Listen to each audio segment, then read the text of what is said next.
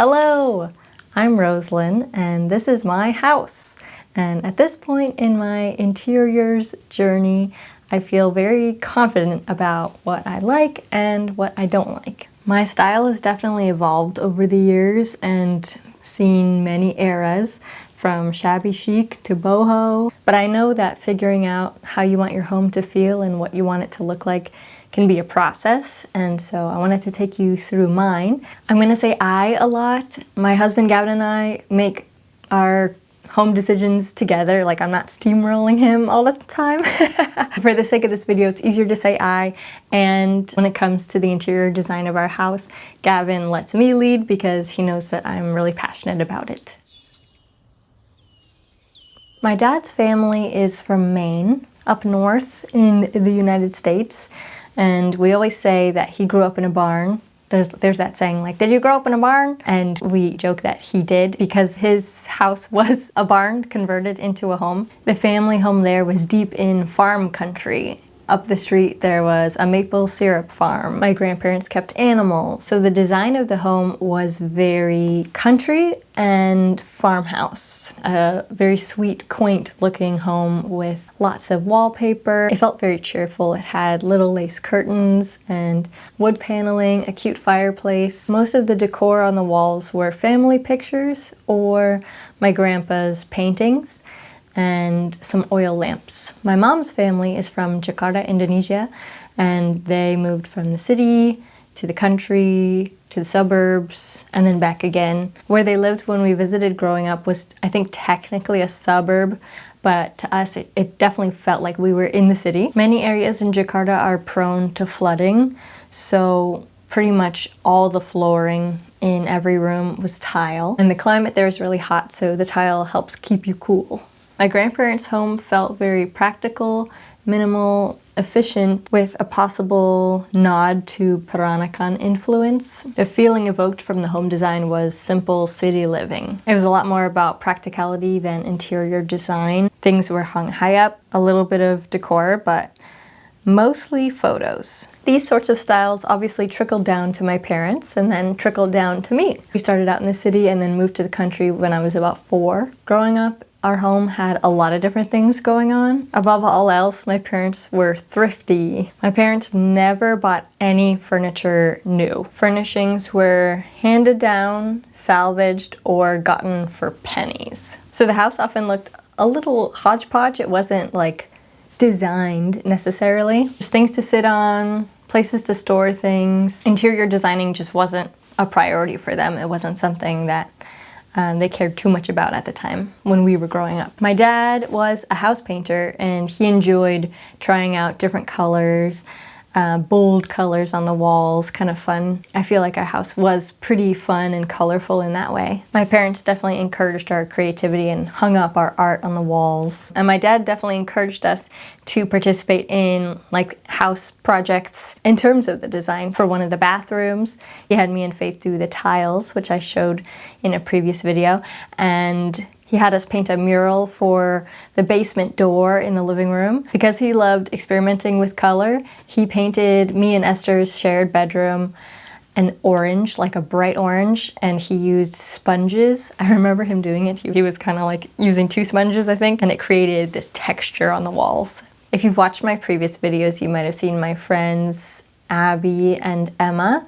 Growing up, me and Abby were like thick as thieves. So multiple times a year I was over their house. Her birthday parties were always the highlight of my year. They were so fun. And her parents' house was really unique. Their mom is a hardcore yard sailor and she knows her aesthetic. She is very vintage country and maximalist country. So I always felt like the walls had like multiple layers of things hanging up. It felt kind of magical when I was there. I know for some it's a bit overwhelming, but I really appreciated that she knew what she liked and she found things, and she was also very thrifty. She was a haggler. She was getting great stuff for like 50 cents. I remember a few times I went yard selling with her and it was really fun. So because outside of my home, that's the other home I probably spent the most time in, it definitely inspired me a lot. We have a joke where, we talk about how they're becoming like their mom in different ways, and then they say to me, like, you are becoming our mom in the way you style your house.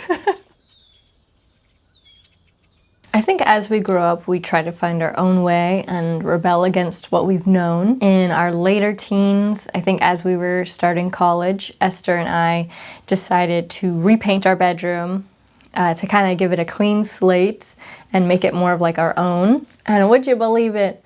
We picked gray.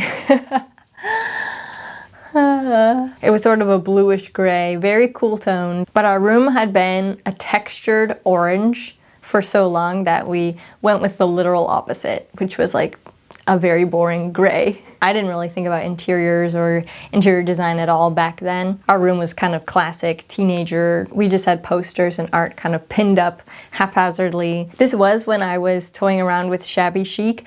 I really liked the more distressed look of furniture and frames even. That was pulling me in. I was still living at home and working and kind of trying to figure it out. Me and Gavin were dating, and then COVID hit, and I feel like just like a lot of the world during that time, kind of being forced to stay at home way more than ever. I did have the privilege of being able to work from home, and having all that time at home made me think a lot more about interior design and kind of pay attention to what was around me and actually making decisions about how things around me looked and felt. I feel like the catalyst for actually spurring my interior design interest was my parents buying a new house. So they bought a house from a friend of ours, and then Faith bought our childhood home, that house that we were all living in, from them. The new house was a few miles away. Me and Esther moved with them, and this was a large farmhouse. It had so many interesting spaces and potential. I think at this point I had been really getting into Architectural Digest tours, thinking about what spaces can be and how homes can look when you're super intentional and like working hard to make them really exceptional. My head was really full of possibilities of what this new home could be. My dad came up with most of the design decisions, and here and there my mom would veto. Sometimes my dad and I would tag team to try and get her on board with whatever an idea was for like a color in the room or certain furniture going here and there, what certain room would be used for, things like that. I moved things around, hung things up. It was really cool to have so much space in like a really light-filled home. We had never had a home like this big ever. So in the few months that I lived there, it really whet my appetite for interior design and being creative in your home, which was timely as Gavin and I were about to get married and get our first apartment together. Our apartment was the first place where I really felt like I could do anything I wanted because it was mine and Gavin's. And we started off similarly to my parents' trajectory, where we were getting like a lot of stuff for free. With our budget, we couldn't be buying like new pieces to furnish and design things exactly how we wanted. So we got a lot of hand-me-downs. At this point, I was in my boho era. I remember we put leather poofs on our wedding registry, and some people bought them for us. You know, I had macrame plant hangers, kind of the classic YA boho aesthetic. We didn't know how long we'd stay there, so we didn't paint, but we filled the walls with art.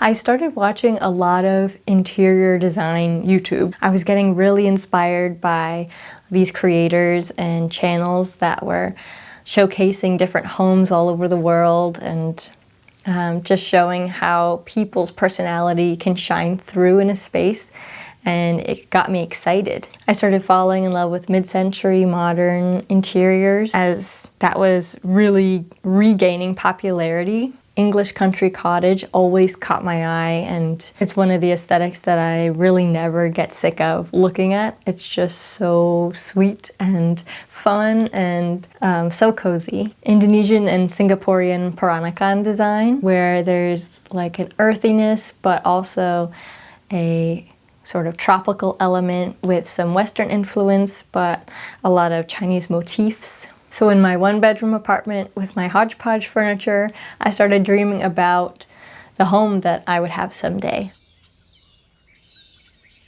I've talked about this in previous videos, but it took Gavin and I forever to find a house. We were pretty picky. We didn't want anything flipped. We wanted to be out of the city and suburbs, like more in the country, because we wanted to have a decent sized yard and to have a little bit of woods around. And we also couldn't break the bank. And this combination of things was obviously not easy to find, but we did because of my dad's hobby of keeping track of the abandoned houses in the area. This house was not technically abandoned, but it grabbed my dad's attention because it looked abandoned. And as the story goes, he noticed a dumpster out front. He ran up to them, said, "Hey, are you selling?" And they said, "Yep." And he said, "Do you want to sell it to my daughter off market?" And they said, "Sure." So therefore we acquired the fixer-upper of our dreams. Not the matches. Well, it's a style of decorating. It's called eclectic. Well, the theory behind it is, if you've got really fine pieces of furniture, it doesn't matter if they match, they will go together. It's your money. I think it's important to be somewhat led by the design of the home when deciding the aesthetic of the house. Like, this house is a mid-century split level. It is very unassuming, but gorgeous, with wood panels, a wood stove, and a greenhouse, but it came with country style features because we're in the country, and that was the previous owner's taste. It tends to feel cottage-like because of the small rooms, little stairs, and wood floors. So it felt like we could incorporate everything we liked. I don't want my home to feel like a museum that's showcasing one era of interior design history. I think mixing styles is the perfect way to make my home feel authentically me, not just copy pasting a design style. I remember in a video way back, I was talking about getting the Hoosier for our dining room, and they said, "Oh, you're getting a Hoosier, so it sounds like you're gonna be heading towards country aesthetics instead of mid-century aesthetics." And I just remember thinking, like, I can do both. I can have parts of different eras that really resonate with me and that I think would look good together. You don't have to be pigeonholed into one thing because your house is one thing, because a lot of houses aren't. Like, this house isn't architecturally like a mid-century modern home with like giant long open windows and that type of design. When we think mid-century modern, sometimes we think of that like Falling Water. This house was made at that time, but for like working class people. I think if you really love one specific design style and you want your whole house to be just that design style, that's cool, that's fine. But I do think that sometimes then you lose an aspect of your own personality to shine through in the house. So that's just how I feel about that. So what is my aesthetic? Officially, I think a final aesthetic should be multi-layered, and I have named mine Eclectic Mid-Century Country Peranakan. That's what my design style is. When it comes to mid-century, I talked about this in a previous video, but visiting Frank Lloyd Wright's house, Falling Water, was really eye-opening. It gave me more perspective about mid-century interiors. I do like the more popular style of clean lines, office-inspired, minimal, light-filled spaces. Shauna Rochelle mentioned this in a recent video, and I really loved what she said. She talked about how in the last few years it's felt like your interior wouldn't be considered cool unless there were pieces that are mid-century pieces, or at least acknowledge the movement.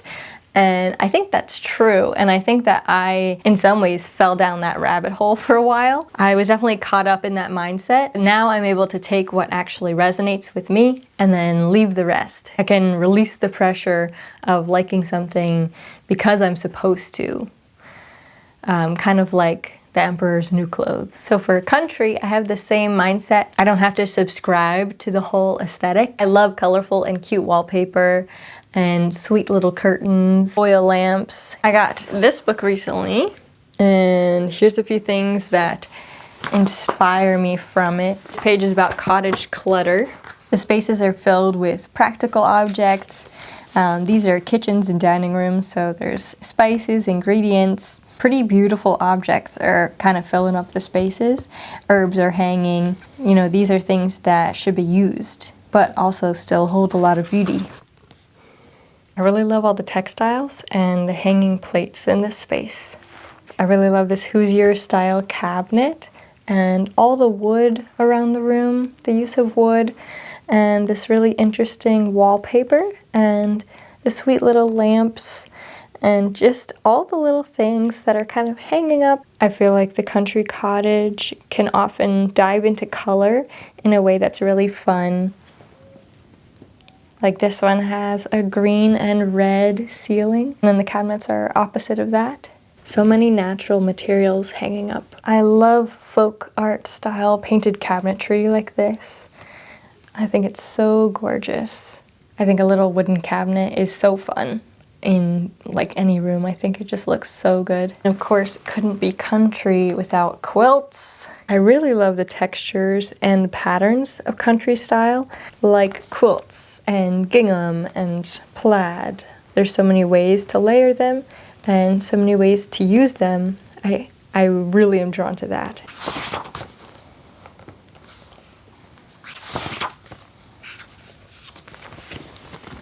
I really enjoy the animal motifs, and then also candlelight and oil lamps. I have this other book that has some examples of what I tend to stay away from in the country aesthetic. Sometimes I like kitsch and I appreciate like a chicken clock, for example, but I think sometimes you can go too far and it ends up looking bad.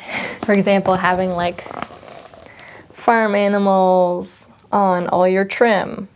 I'm not saying that that's a terrible idea. I think it could be cute if done well, but I think with this aesthetic, it can lean into not being done well and then it can look bad. Like this image, I love each piece individually, but I think altogether it is really heavy-handed with the more like frilly country style, which is one I don't gravitate towards as much. And like the stenciled chickens, I think that leans into the aesthetic in a way that I don't want as much of. I think the previous two aesthetics, I gravitate towards those outside of this house, but this house really helps inform those aesthetics because it's a mid-century home and it's a country home. But the Peranakan aesthetic really dives more into my cultural history. And so that's something different, more personal that I'm bringing into the house. I talked about my Peranakan cultural history a little bit in my tile video, so you can go watch that if you care. My personal opinion is that the most fun you can have with interior design is bringing in your personal cultural history.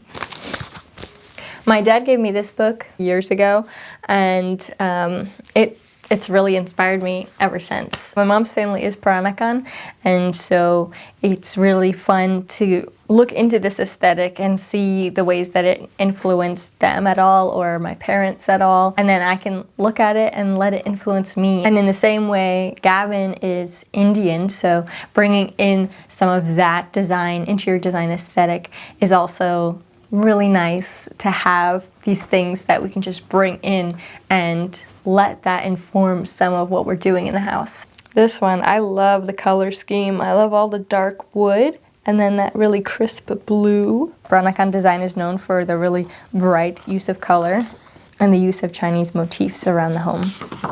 Of course, what influences me the most about this aesthetic is the use of motifs in the tile and the patterns that you see in the majolica.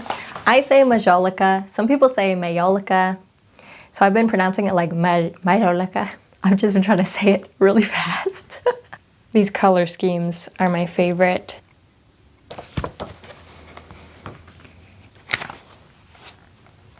So that's my interior design aesthetic and how I have landed in this place in my life. I think that, you know, your style evolves as you change and grow, and I think that I'll probably be, you know, tacking other things onto this lengthy aesthetic name as time goes on, and maybe other things will fall to the wayside also as things change. So it's just fun to see what inspires you, to see what makes your home feel the most joyful, what makes you light up in a space, and trying things out for yourself. You know, you won't always succeed right away. Sometimes it takes a lot of workshopping, but Godspeed, and I'll see you in the next one. Bye. Woodlily, woodlily. The life of Rosalind is the life